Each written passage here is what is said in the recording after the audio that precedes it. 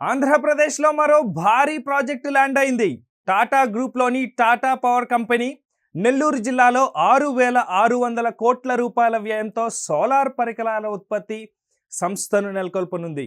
మొదట ఒడిశాలో ఈ ప్లాంట్ను ఏర్పాటు చేయాలని టాటా పవర్ ప్లాన్ చేసింది.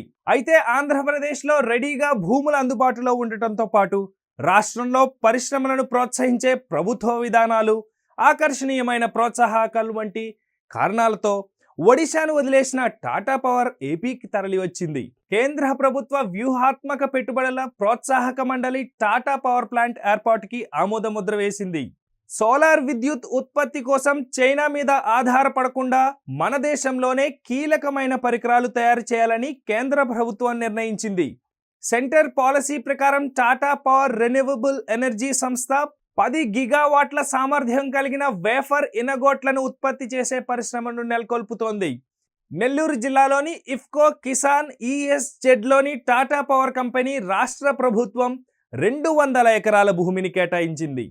ప్రస్తుతం 120 ఎకరాల్లో పరిశ్రమను నెలకొల్పుతున్నారు. మిగిలిన 80 ఎకరాలను భవిష్యత్తులో విస్తరణ కార్యక్రమాలకు ఉపయోగించుకుంటారు.